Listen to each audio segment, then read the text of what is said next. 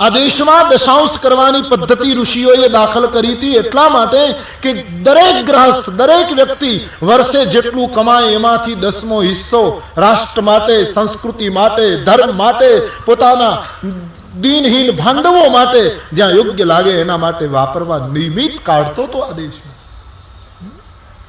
દશાંશ ચુકાઈ ગયો. तोड़ना टूटे हुए दिल को बुरा होता है जिसका कोई नहीं उसका तो खुदा होता है. बहुत सुंदर शेर है, गंभीरता से सुनिए, गौर करें. लोग नाहक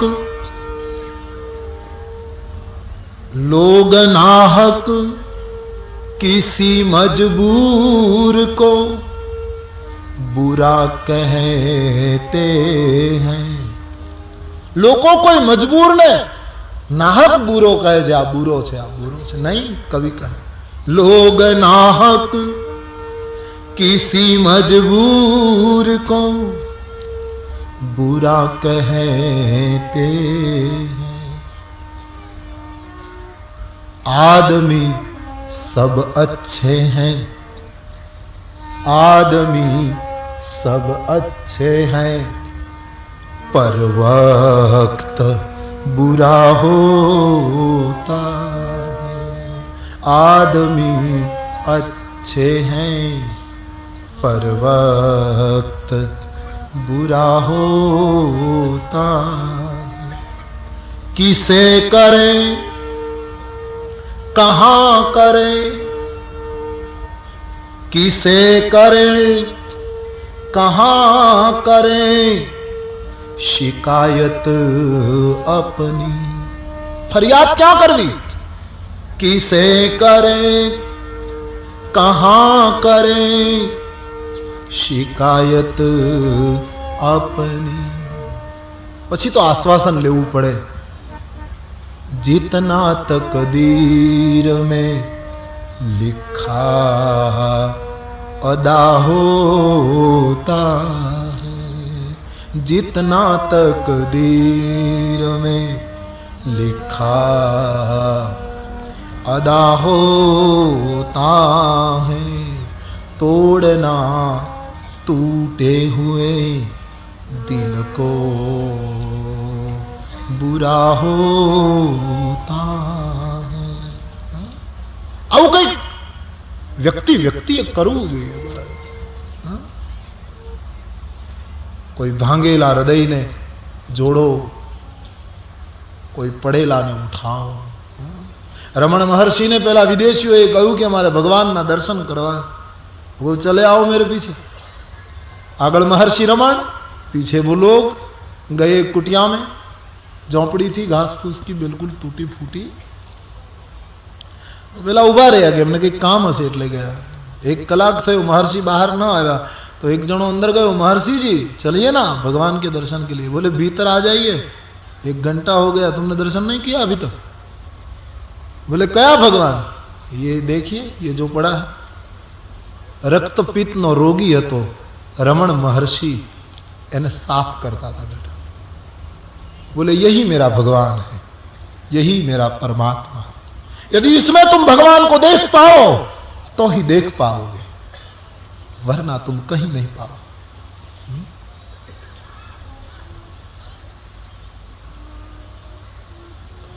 प्रत्येक व्यक्ति જેની પાસે જ્ઞાન હોય જ્ઞાનનો ઉપયોગ કરે, બુદ્ધિ હોય બુદ્ધિનો ઉપયોગ કરે. પોતપોતાના ક્ષેત્રમાં રહીને ઘણું થઈ શકે જો મૂળમાંથી થાય તો. બાકી તો ચારે બાજુ બસ. હું ભાવનગરથી કઈ બહારથી આવ્યો, ભાવનગરથી મહુવા જતો હતો તો વચ્ચે ત્રાપજ ગામ આવે છે અમારે. એ ત્રાપજના કવિ છે, કવિ ત્રાપજકર, જેણે બહુ નાટકો લખ્યા, બહુ જાણીતું નામ છે ગુજરાતી સાહેબ, ત્રાપજકર કવિ. ઘણી વખત મને લખ્યા કરે કે બાપુ મારે ત્યાં આવો, હું હવે વૃદ્ધ થઈ ગયો. તો મને તે દિવસે એમ થયું કે સમય છે તો દાદાને મળતા જઈએ. એટલે અમે બસ સ્ટેશન પર ગાડી ઊભી રાખી અને એક છોકરાને બોલાવ્યો કે ત્રાપજકર દાદાનું ઘર ક્યાં? હા, તો એ કહેવા લાગ્યો આમ જાઓ. મેં કહ્યું તું અંદર બેસી જા. ફાટેલી ચડી, ઉપરનું ફાટેલું શર્ટ, 7-8 વર્ષનો છોકરો, વાળ કપાયા વગરના લાંબા થઈ ગયેલા, કોઈ મજૂર, કોઈ ગરીબનો છોકરો હશે, પહેલી વાર મોટરમાં બેસતો હશે એવું લાગ્યું. એને બેસાડ્યો અંદર, પણ એટલો ખુશ, એની ખુશી જોઈને એટલો આનંદ થયો. પછી બતાવો તો આમ જાઓ. અમે ગયા તો કવિરાજ ઘરે નહીં, એમના પત્નીએ કહ્યું કે તો બહાર ગયા છે. એટલે અમે કહ્યું માં હવે અમે પછી ક્યારેક આવીશું એમ કહીને અમે પાછા ફર્યા. બસ સ્ટેશને પાછો જ્યાંથી લીધો હતો ત્યાં આ બનેલી ઘટના એને મેં ઉતાર્યું અને અમે એને 2 રૂપિયાની નોટ આપવા ગયા. લે બેટા 2 રૂપિયા તારા માટે કંઈક લેજે. એટલે એ અચકાયો. મને કહ્યું કે તમે કથા કરો છો એ મોરારી બાપુ છો? મેં કીધું હા, કેમ? તો તમારો ફોટો ઘણી વખત, હું તો ભણતો નથી, મજૂરી કરવા જવું પડે છે, તો ફોટો ઘણી વખત જોઈ ગયા અને સાંભળ્યું છે.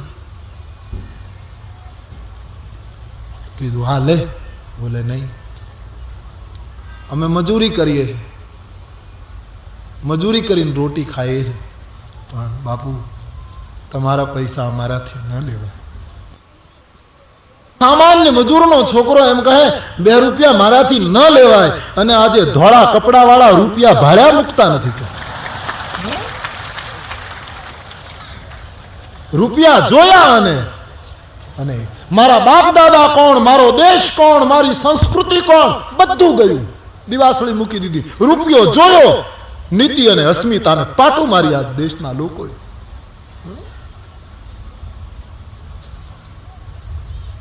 એ સ્થિતિને પાછી મૂળ સ્થિતિને લાવવા માટે પ્રત્યેક વ્યક્તિ યોગદાન કરે.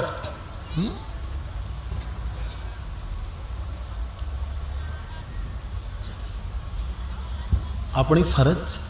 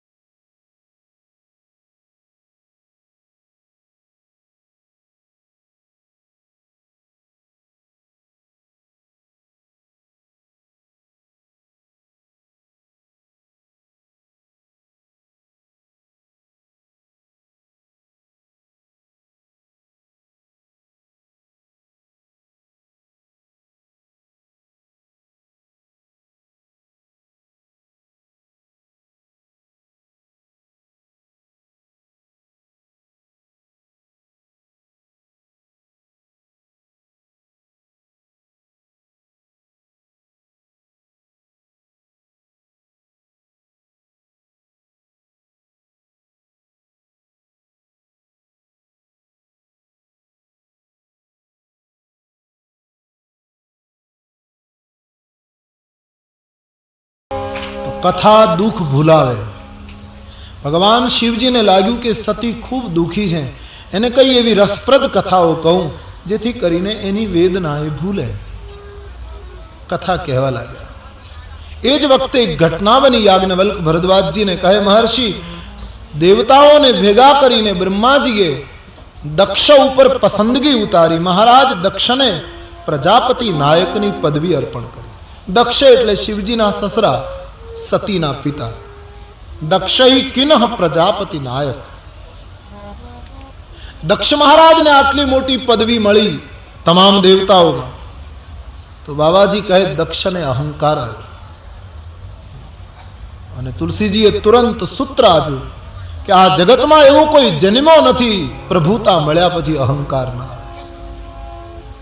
નહીં કો અસ જન્મેવું જગ માંગી, નહીં કો અસ જન્મેવું જગ માંગી, પ્રભુતા પાઈ જાગી મદના, પ્રભુતા પાઈ જાગી મદના, પ્રભુતા પાઈ જાગી મદના,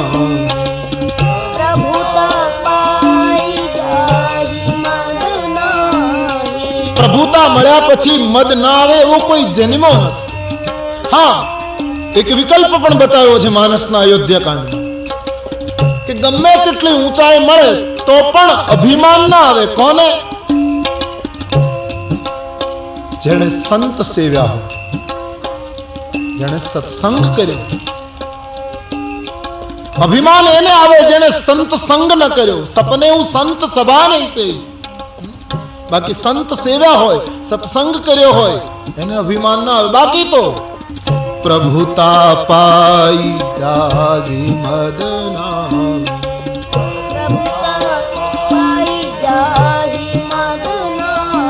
અને આ અહંકારના નશામાં દક્ષે એક યજ્ઞનું આયોજન કર્યું. સંક્ષેપમાં કહું છું, મહારાજ દક્ષે એક યજ્ઞનું આયોજન કર્યું. તમામ દેવતાઓને નિમંત્રિત કર્યા. પોતાના જમાય છે શિવજી, પોતાની પુત્રી ત્યાં છે, બાકીની બધી દીકરીઓને બોલાવી, પણ શિવજીને નિમંત્રણ ના આપ્યું. બ્રહ્માને, વિષ્ણુને, તમામ દેવતાઓને બોલાવ્યા, બાકી આ લોકોને આમંત્રણ ના આપ્યું. કારણ એકવાર બ્રહ્મ સભામાં દક્ષ મહારાજ આવેલા, આગળની કથા એમાં બધાએ ઉભા થઈને દક્ષને સન્માન આપ્યું, પણ ભગવાન શંકરજી કઈ ખ્યાલ નહીં અથવા ધ્યાનમાં એમણે ઉભા થઈને સન્માન ન આપ્યું. પરિણામે દક્ષને ખોટું લાગ્યું કે બધા મને સન્માન આપે ને આ ન આપે. હવે આટલા બધા માણસો ઉભા થયા, એમાં એક કદાચ ન ઉભા થયા તો શું તકલીફ? પણ સન્માનની ભૂખ હોય એની મોટામાં મોટી આ મુશ્કેલી. એ સભામાં પ્રવેશ કરે ત્યારે ઉભા કેટલા થયા એ ન જુએ, પણ બેઠા કેટલા રહ્યા એ ખાસ જુએ. હવે એક વ્યક્તિ ન ઉઠી તો તેથી શું થયું? પણ ત્યારથી મનમાં એક ખટકો કે હું બદલો લઈશ. અને એમાં પ્રજાપતિ નાયકની પદવી મળી. યજ્ઞનું આયોજન એમણે બદલો લેવા માટે કર્યું. યજ્ઞમાં તો આહુતિ અપાય, બધું બાળવાનું હોય, બધું સ્વાહા કરવાનું હોય. ઈર્ષા, દંભ, તેજોદ્વેષ, કપટ, વિકારો, એ એક એક દ્રવ્યો દ્વારા બધું સ્વાહા કરવાનું હોય યજ્ઞમાં. એને બદલે યજ્ઞનું આયોજન મોટું પવિત્ર, સત્કાર્ય જબરદસ્ત દક્ષનું, પણ હેતુ બહુ મળી, શિવ અપમાન કરવા. આપણે ગમે તેટલું મોટું સત્કાર્ય કરીએ પણ એનો હેતુ જો મલિન હોય તો સત્કાર્યો સફળ ન થાય. એટલે જ સંતોએ કહ્યું કે સત્કાર્યો કરવાથી અહંકારનો નાશ નથી થતો, ઘણી વખત અહંકાર ઉલટાનો વધી જાય. અમે આટલું મોટું સત્કાર્ય કર્યું, અમે આટલું મોટું ફલાણું. સત્કાર્યનો પણ અહંકાર ન આવે ત્યારે સમજવાનું કે હવે સાબુથી કપડાનો મેલ ધોવાય, પણ પાછો સાબુ કપડામાં ન રહી જવો જોઈએ, એ સાબુ પાછો કાઢી નાખવો જોઈએ. ત્યારે થાય છે એવું કે સત્કાર્યો કરવાથી દુર્ગુણ જાય, બીજું ઘણું નીકળે, પણ અહંકારનો સાબુ પાછો જો રહી જાય તો તકલીફ. દક્ષએ મોટું આયોજન કર્યું છે, તમામ દેવતાઓને બોલાવ્યા. બધા દેવતાઓ વિમાનો શણગારી પોતપોતાના કુટુંબ સાથે દક્ષના યજ્ઞમાં જવા લાગ્યા. યાજ્ઞવલ્ક ભરદ્વાજજીને કહે, ભગવાન શિવજીના કૈલાસ ઉપરથી બધા વિમાનો નીકળ્યા. હવે કથા ચાલતી હતી ત્યાં બધા વિમાનો ગર્જના કરતા નીકળ્યા, કથામાં વિક્ષેપ થવા લાગ્યા. નહીતર સ્વર્ગમાં જવાના બીજા ઘણા રસ્તા હશે, પણ છતાં બધા કૈલાસ ઉપરથી નીકળ્યા. કદાચ દક્ષએ કેવડાવ્યું પણ હોય કે બધા આવો, એ બધા કૈલાસ ઉપર થઈને આવજો, જેથી શંકરને ખબર પડે કંઈક થાય છે. અથવા તો દેવતાઓ પણ સ્વાર્થી છે, એ કંઈ બહુ. રામચરિતમાનસમાં તો દેવતાઓને તુલસીદાસજીએ છોડ્યા જ નથી, બરાબર ઉપાડ્યા છે. ચાય કરીને દેવતાઓ કૈલાસ ઉપરથી નીકળ્યા છે.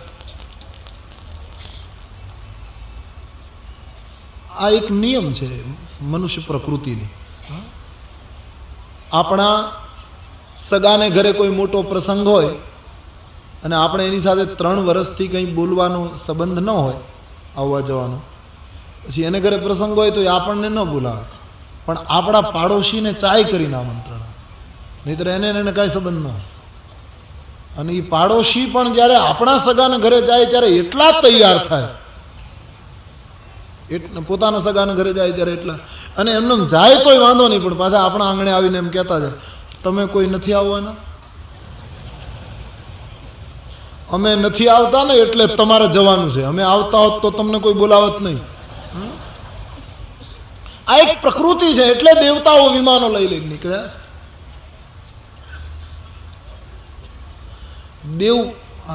દેવતાઓ, તુલસીદાસજી તો દિગ જીવન દેવ શરીર હરે એવું બોલ્યા, સુર સ્વાર્થી બોલ્યા છે, આવું કહ્યું. અને તેથી સંતોએ બહુ સરસ કહ્યું કે દેવ બનવા કરતા સાચા માનવ બનો. દેવ બન્યા પછી ઈર્ષા કરવાની હોય, સ્વાર્થી રહેવાનું હોય, કપટ કરવાના હોય, વાસનાનો વિલાસ કરવાનો હોય, તો પછી દેવ બનવા કરતા સાચા માનવ થઈ જાય. માનવ બનવું કઠિન છે, દેવ બનવું બહુ સહેલું. અને કંઈ ન કરીએ તો દેવ તો થવાનું, આપણને ખબર નહીં રહે. છોકરાઓ લખશે બાપા દેવ થઈ ગયા છે, આપણે કઈ કરવાનું તો રહેતું જ નથી, એમને દેવ તો થવાના જ છીએ. મનુષ્ય થવાનો પ્રશ્ન છે. કોઈના છોકરાએ કાગળ લખ્યો કે અમારા બાપા માનવ થઈ ગયા છે, કારણ કે હોય નહીં, શું લખવું, પણ દેવ થાય, સાચા માનવ બને. તમામ દેવતાઓ વિમાનો લઈ લઈને નીકળ્યા છે. વિમાનનો અવાજ સાંભળી સતીનું ધ્યાન કથામાંથી વિમાનમાં ગયું. શિવજીની કથાને રોકતા સતીએ પ્રશ્ન પૂછ્યો છે, ભગવાન આ વિમાનો ક્યાં જઈ રહ્યા? કોને ઘરે આટલો મોટો પ્રસંગ? તમામ દેવતાઓ જાય, આપ મહાદેવ છો, આપને નિમંત્રણ નહીં. દેવીએ જાણવામાં ફાયદો નથી, કથા સુનો. બોલે નહીં મહારાજ, બતાવો. ખૂબ જ આગ્રહ કર્યો. શિવજીએ કહ્યું દુઃખ થશે, છતાંય માન્યા નહીં. બધી વાત કહી. તમારા પિતા યજ્ઞ કરે છે, મારી સાથે વેર છે, એટલા માટે તમને એણે જાણી જોઈને આમંત્રણ મોકલ્યું નથી. તમારી બધી બહેનોને બોલાવી છે, અને જે આમંત્રણ ન હોય તેનો આપણે, હું જાણું છું સતી કે માતા પિતાને ઘરે સંતાનને આમંત્રણની અપેક્ષા ન હોવી જોઈએ. ગુરુને ત્યાં કોઈ પ્રસંગ હોય તો શિષ્ય આમંત્રણની અપેક્ષા ન રખાય. મિત્રને ઘરે મિત્રએ આમંત્રણની અપેક્ષા ન રખાય. ભગવત સંબંધી કોઈ પણ મંગલ કાર્યમાં કોઈ પણ વ્યક્તિ જઈ શકે એમાં આમંત્રણની જરૂર નહીં. આમ નીતિ છે, પણ તદપી વિરોધમાન જહકો. છતાંય આપણું જવું સામી વ્યક્તિને રુચિકર ન લાગતું હોય, આપણું અપમાન કરવા માટે જ પ્રસંગ યોજાતો હોય તો તહા ગયે કલ્યાણ ન હોય. દેવી છોડો. પિતાને ઘરે પ્રસંગ એટલે સ્વાભાવિક પુત્રીનું હૃદય ખેંચાય. શિવજીને આગળ તુરંત પ્રસ્તાવ મૂક્યો છે. પિતા ભવન, તુરંત વિનંતી મૂકી છે. પિતા ભવન उत्सव परम जो प्रभु आयसु होय तो मैं जाऊं कृपायतन सादर देखन. સતીને એમ કે મારા પિતાને ઘરે મને જવા દે, તું કમસે કમ શિવજીએ મારો ત્યાગ કર્યો છે, માતા પિતાને મળીને આ દુઃખ ઓછું થાય. આ જીવનો સ્વભાવ છે. આપણા ઉપર દુઃખ પડે ત્યારે આપણે આવું કરીએ કે ફલાણાને મળું, આને મળું, આની સાથે વાત કરું, આમ આમ હું તમે ફાંફા મારતા હોઈએ. પણ જેનો શિવ રૂઠ્યો હોય એનું આખું જગત રૂઠે. સતી માન્યા નહીં. ભગવાન શંકરજીએ ઘણું કહ્યું, દેવી જવામાં ફાયદો નથી, દુઃખી થશો. ન માન્યા. કહી દેખા કરી દેખા હરિયત્ન બહુ રહીન દક્ષ કુમારી દિયે મુખ્ય ગણ સંગ તબ વિદા કિન્હી ત્રિપુરા. બે ગણોને સાથે મોકલ્યા, સતીની સાથે જાઓ, સંભાળી લાવજો. સતી પિતાને ઘરે આવે છે. પણ અહીં દક્ષ મહારાજે બધાને કડક સૂચના આપેલી કે શિવજી તો સ્વમાની છે, નહીં આવે, પણ મારી પુત્રી આવે તો એનું પણ બધાએ અપમાન કરવાનું. શિરછેદ સુધીની વાત છે. માનસમાં તો બહુ લખ્યું નથી, પણ ભવાનીનો સતીનો કોઈએ અવકાશ સતીને નહીં આપવાનો, કોઈએ સ્વીકાર નહીં કરવાનો, બધાએ અપમાન કરવાનું. પિતાએ હુકમ કરેલો. માનસમાં લખ્યું, પિતાને ઘરે જ્યારે પહોંચ્યા છે, पिता भवन जब गई भवानी दक्ष त्रास काहुन सन्मान. कोई सन्मान न કર્યું, બધા દૂર દૂર જતા. બહેનો મળી, પોતાની બહેનો એ મળી તો મેળા મારતી મારતી મળી, આમ મુસ્કરાતી મુસ્કરાતી વ્યંગ કરતી કરતી મળી. સમય બદલે ને ત્યારે બધા બદલે. તુલસીદાસજી તો મર્યાદાના સંત છે ને, એટલે ખુલાસો નથી કરતા કે શું વ્યંગ કર્યો છે, પણ સંતો કહે છે કે સતીને જોઈને બધા બહેનો વ્યંગમાં બોલવા લાગી. હવે તમારા પતિ કપડાં પહેરે છે કે હજી એમનેમ ફરે છે? ભસ્મ ચોળવાનું બંધ કર્યું છે કે હજી ચાલુ છે? સ્મશાનમાં જ રહો છો કે કાંઈ મકાનની સગવડ થઈ જ ક્યાંય? આ મેણા બોલવા લાગી, વ્યંગ કરવા લાગી. પિતાજી તો સતીને જોઈને મુખ ફેરવી ગયા. સતીને જોતા એના ગાત્રો સળગવા લાગ્યા. આખો સમાજ રૂઠ્યો છે. શિવ રૂઠે એનું બધું રૂઠે. પણ તુલસીદાસજી એક પાત્રનો બચાવ કરે. સાદર ભલે હી મિલી એક માતા. એક માતા પ્રેમથી મળી છે.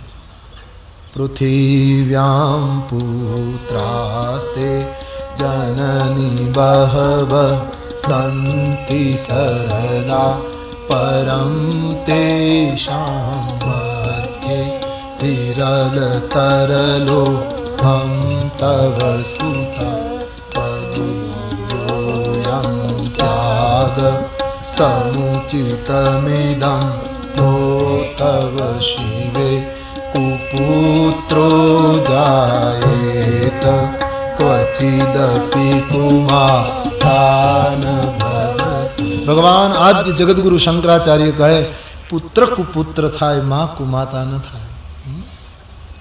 માં પ્રેમથી મળ્યા છે. બેટી મનમાં ઓછું લાવીશ નહીં, તારા પિતાની બુદ્ધિ આજકાલ અભિમાનમાં ડૂબેલી છે, હું તારી છું ને બેટા, એમ કહીને માએ શાંત કરે. થોડીક રાહત થઈ. યજ્ઞશાળામાં યજ્ઞ મંડપની અંદર યજ્ઞના દર્શન કરવા ગયા છે. ચિક્કારમાં મંડપ છે. પિતાજી ગર્વથી બેઠા છે. તમામ દેવતાઓ ગર્વથી બેઠા છે. ઋષિઓ આહુતિ આપા. ચારે બાજુ સતીએ દ્રષ્ટિ કરી, કતહુ નદી કિસંભુકર ભાગા. ભગવાન શંકરજીનું ક્યાંય સ્થાન ન જોયું. સ્થાપન મંત્રોચ્ચાર કરીને ખાલી એની નિશાની પણ ન જોઈ. આટલું મોટું શિવ અપમાન જ્યારે જોયું પછી સતીથી રહેવાયું નહીં. કારણ કે નિયમ છે, જગ પી જગ. આપણે ત્યાં ઘણા નાના મોટા દુઃખ હોય, બાબાજી કહે જગ પી જગ દારુણ દુઃખ નાના સબતે કઠિન જાતિ અપમાના. જગ પી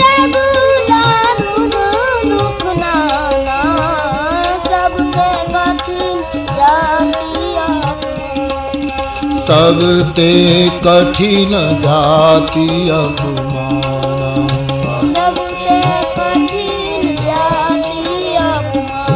આટલું મોટું અપમાન ભગવાન શિવજીનું જોતા સતીથી રહેવાયું નહીં. શંકરજીના શબ્દો યાદ આવ્યા, ઘણું દુઃખ થવા લાગ્યું. અને એકદમ ચંડી રૂપ જાણે ધારણ કર્યું હોય એમ યજ્ઞ કુંડની પાસે ઊભા છે. સભા આખો મંડપ શાંત થઈ ગયો અને તમામ સભાને સંબોધન કરતા ઋષિઓને પણ દંડ આપ્યો છે, મુનિઓને પણ અહીંયા દંડ છે. તુલસીદાસજીએ લખ્યું છે તમામને સંબોધન કર્યું, દેવતાઓ, મુનિઓ, ઋષિઓ, સુનિએ. કારણ કે એ લોકોની ભૂલ તો થઈ જ છે થોડી. ઋષિઓએ કમસે કમ કેવું જોઈતું હતું દક્ષ મહારાજને કે શંકરજી વગર યજ્ઞ ન થઈ શકે, કમસે કમ એનું મંત્રોચ્ચારથી સ્થાપન તો કરવું જ જોઈએ. પણ આ પ્રસંગ જોતા એમ લાગે છે કે બીમારી તો ત્યારેય હશે. દક્ષે એમ કીધું હશે કે હું દક્ષિણામાં તમને આટલું આપીશ, વધારે આપીશ, એમ ચલાવી લો તો વાંધો નહીં. ટકાવારીમાં ફેર પડ્યો હશે, બાકી બીમારી તો ત્યારે રહી હોય. નહીતર શું કામ ઠપકો આવે? ઋષિએ તો એમ કહી દેવું જોઈએ કે નહીં, અમે યજ્ઞ નહીં કરાવીએ, તમે ગમે તેટલી ઊંચી પદવી હો, બાકી અમારા નિયમ પ્રમાણે થશે. પણ કદાચ એની સત્તાના પેલામાં દબાયા હશે અને પરિણામે સતીનો દંડ ભોગવવો પડ્યો, સતીનો ઠપકો સહન કરવો.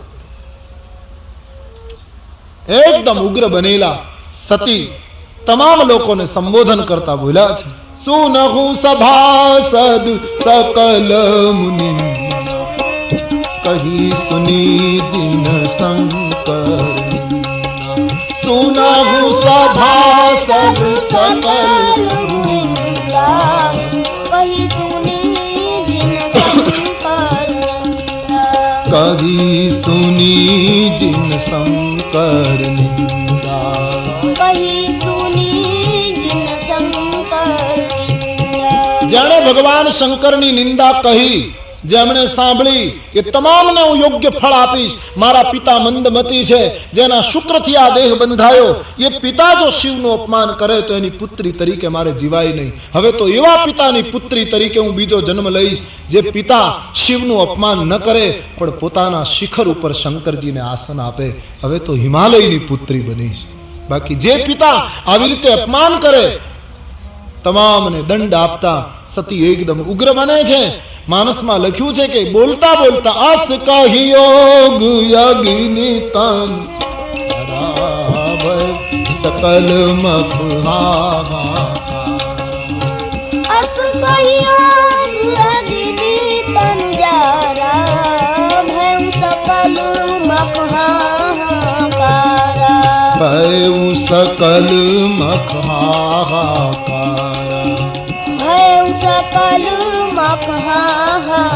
આટલું કહેતા કહેતા યોગ અગ્નિથી પોતાના દેહને વિલીન બાળી દીધો. આખા મંડપમાં હાહાકાર થઈ ગયો. ગોસ્વામીજી વર્ણન કરે છે, દક્ષ શિવજીના ગણોએ જોયું કે મારી માતા સળગી ગયા. એકદમ આવેશમાં આવેલા ગણો યજ્ઞ વિધ્વંસ કરવા લાગ્યા છે. ભગવાન શંકરજીને સમાચાર મળ્યા કે સતીએ મારું અપમાન સહન નહીં થતા દક્ષ યજ્ઞમાં દેહ બાળી દીધો. એકદમ ભગવાન શંકરજીને ક્રોધ આવી ગયો. વીરભદ્ર કરી કોપ પઠાએ, જટા પછાડી વીરભદ્ર નામનો ગણ ઉત્પન્ન કર્યો અને કહ્યું તું જા. અને વીરભદ્ર આવ્યો છે, દક્ષના યજ્ઞને ભયંકર પેલી કરી છે. મહાત્માઓએ માંડ માંડ જેટલું બચે એટલું બચાવ્યું. દક્ષની દુર્ગતિ થઈ, દક્ષ યજ્ઞ નિષ્ફળ સાબિત થયું, સત્કાર્ય નિષ્ફળ રહે, દક્ષની દુર્ગતિ થઈ. શંકર વિમુખની શું સ્થિતિ થાય એ તુલસીદાસજીએ બતાવ્યું.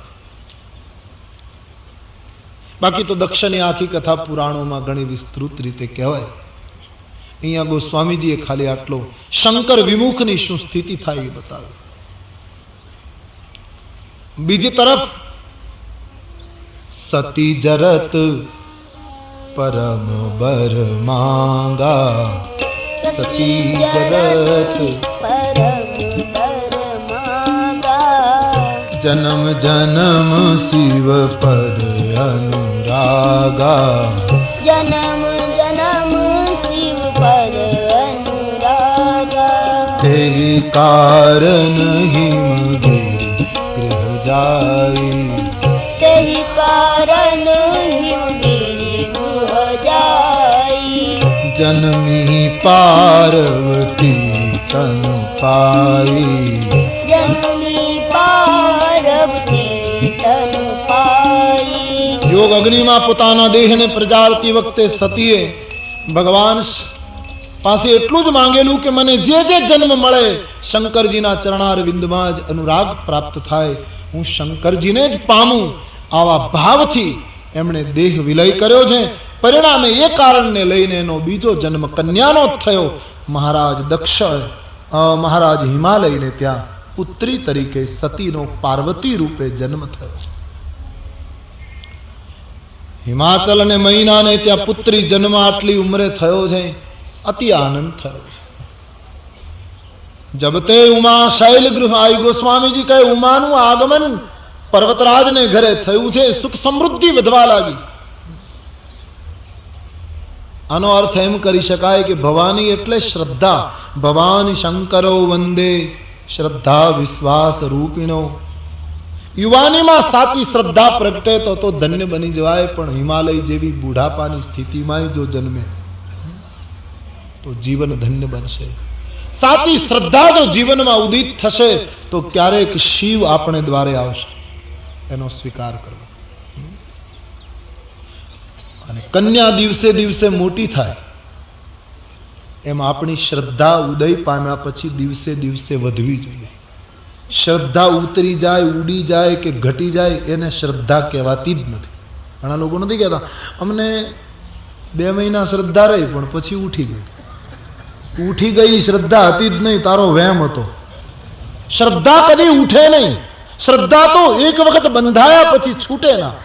શિવ સુધી પહોંચ્યા પહેલા એ શિવ સાગરને મળી જાય, શ્રદ્ધા ધન્ય બની જાય. શ્રદ્ધાનો અર્થ છે દિવસે દિવસે વધવું. એ તો હિમાલયની ગંગોત્રીમાંથી ગંગા પડે ત્યારે કેટલી પડે છે, પણ ગંગા સાગર એમ કલકત્તા થઈને ગંગા સાગર તરફ ઉપડે ત્યારે જાણે બીજો દરિયો ભેટવા આવતો એવું લાગે. એમ શ્રદ્ધા એ આત્માની ગંગોત્રીમાંથી જ્યારે વહે ત્યારે એનું સ્વરૂપ ભલે નાનું હોય પણ દિવસે દિવસે દિવસે મોટી થવે છે.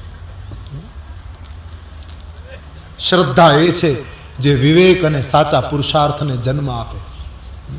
ગણપતિ અને કાર્તિક સ્વામીને જન્મ આપે એ સાચી શ્રદ્ધા છે. તો આપણી શ્રદ્ધા આપણે આપણા જીવનમાં આવ્યા પછી દિવસે દિવસે વધવી જોઈએ.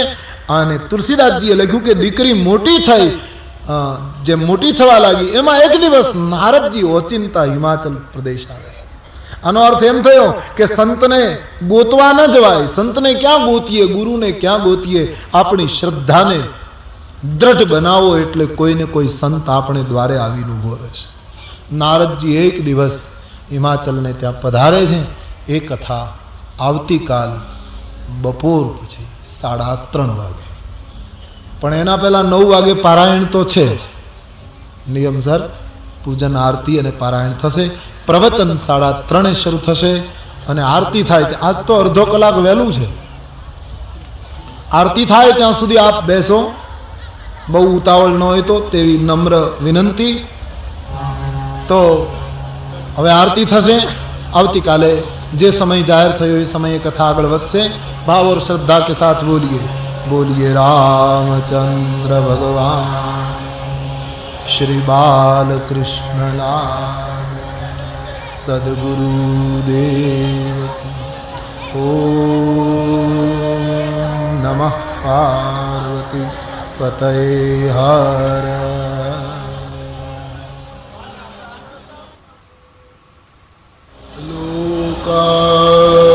लोकाभिरामं रणरंगधीरं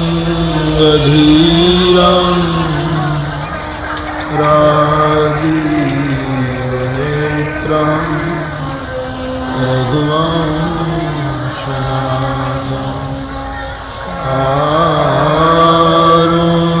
कारुण्यरूपं करुणाकरं तं श्रीरामचन्द्रं शरणं प्रपद्ये। मनोजवं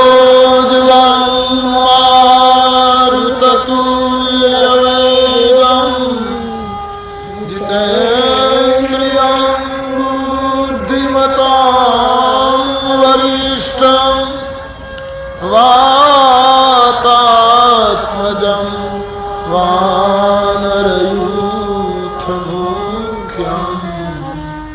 श्री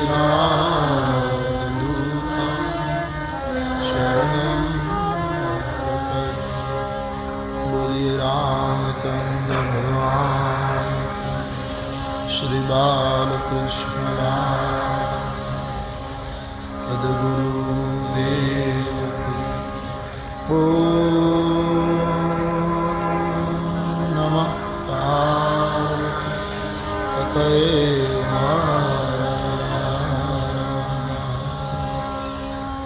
श्री राम जय जय राम